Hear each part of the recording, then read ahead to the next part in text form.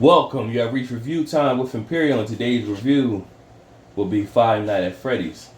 Subscribe to the channel, like the video, let's get into it. So I did some research on this movie and found out that this comes from a video game that came out around 2014 and it was a hit. A lot of people who in the video games online got into it. They liked the concept. And now for them to see the actual movie play out, the video game play out in the movie, they probably take a liking to this movie. But for those of us that didn't play the video game and we're just tuning in right now, we're gonna look at this movie as it sucks. So let's go over the cast before I get into the movie. Josh Hutcherson plays as Mike Schmidt. Josh Hutcherson is his second movie that I just did a review on. I just did a review with 57 Seconds with him and Morgan Freeman. So that one was decent. But he's on a roll for him to lead in two movies in 2023. Matthew Lillard plays as William Afton. You remember him from Scream and 13 Ghosts. Elizabeth Lail plays as Vanessa Monroe. Piper Rubio plays as Abby Schmidt, is the sister of Mike Schmidt. Mary Stuart Masterson plays as Aunt Jan.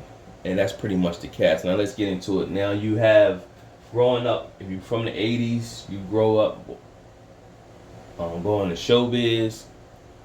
Then in the 90s and the early 2000s, you had Chuck E. Cheese. So you deal with animatronics. So this what Five Freddy's is based off of. And so when I was seeing the trailer, I said, what is this? This can't be. You got animatronics killing people. And it was. So as soon as the movie started off, the security guard, who's the security of Freddy's,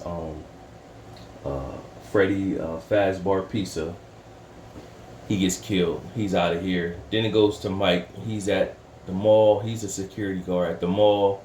He sees this kid standing, and then the kid gets snatched. He doesn't know that that's actually the kid's dad. So he rushes the man, beats him up. Come to find out it's the kid's dad. Of course, he loses his job. He's looking for a job. He runs into this man who's like a agency. Said they got a job for him. It's third shift. Mike can't do it. You find out he can't do it because he raises his little sister. So he's put in a situation where he has to take the job because his Aunt Jan, wants the custody rights of Abby and thinks he's unfit to raise her. Abby has like a traumatic medical condition where it's not really wrong with her. She just pretty much hasn't come out of her shell. She's being raised by her brother. The mom passed away. However, the aunt wants her. The aunt has somebody named Max that we don't know at the time, but Max babysits Abby.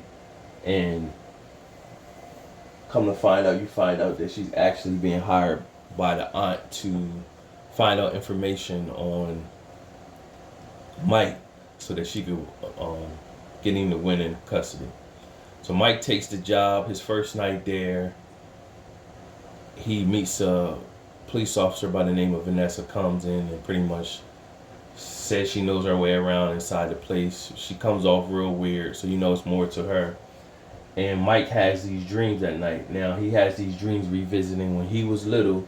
His mom told him to look over his little brother Garrett. And when he did, he's seeing his little brother Garrett being driven off in a car.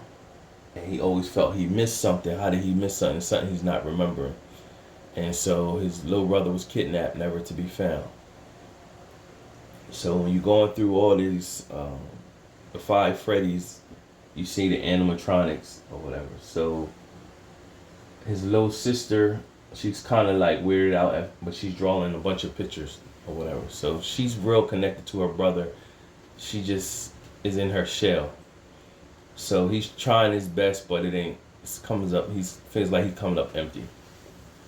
Now, it's a lot of weird stuff going on, and so what happens is Max and her boyfriend speak to the Aunt Jan and say basically they're going to mess up Mike's job at Five Freddy's. Go in there. He's supposed to keep everything locked up. They're going to break in, tear some stuff up, cause them to lose the job. But when they go in, the animatronics come to life and kill everybody. And so after that, after they kill everybody, Mike has to bring Abby there for work because, of course, Max is not around.